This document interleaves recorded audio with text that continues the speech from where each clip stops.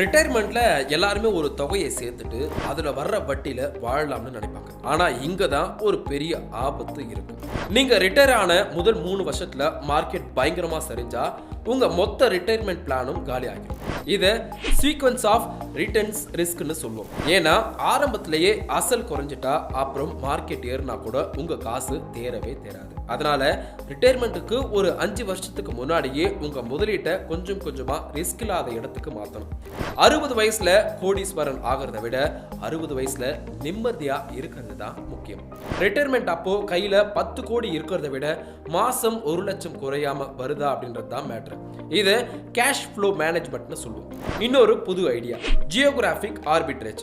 நீங்க மெட்ராஸ் மாதிரி ஒரு சிட்டில ரிட்டையர் ஆகிறதுக்கும் ஒரு அமைதியான கிராமத்துல ரிட்டையர் ஆகிறதுக்கும் செலவுல பெரிய வித்தியாசம் இருக்கும். சிட்டில நீங்க ஒரு சாதாரண வாழ்க்கை வாழ ஒரு மாசம் 1 லட்சம் வேணும்னா அதே 1 லட்சத்தை வச்சு ஒரு சின்ன ஊர்ல நீங்க ராஜாவா வாழலாம். உங்க லைஃப் ஸ்டைல மாத்தாம இடத்தை மாத்துறது மூலமா உங்க ரிட்டையர்மெண்ட் காசை இன்னும் அதிக காலம் வர வைக்கலாம்.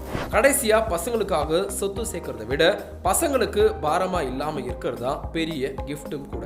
உங்க மருத்துவ செலவுக்கோ உங்க அன்றாட தேவைக்கோ நீங்க இன்னொருத்தரை எதிர்பார்க்காம ஒரு நிலையை உருவாக்கிட்டீங்கன்னா அதுவே உங்க பசங்களுக்கு நீங்க கொடுக்கிற மிகப்பெரிய சொத்து. ரிட்டையர்மெண்ட் அப்படின்றது ஒரு எண்டு கார்டு கிடையாது, அது உங்க வாழ்க்கையோட செகண்ட் இன்னிங்ஸ். அதை பிளான் பண்ணி விளையாடுங்க.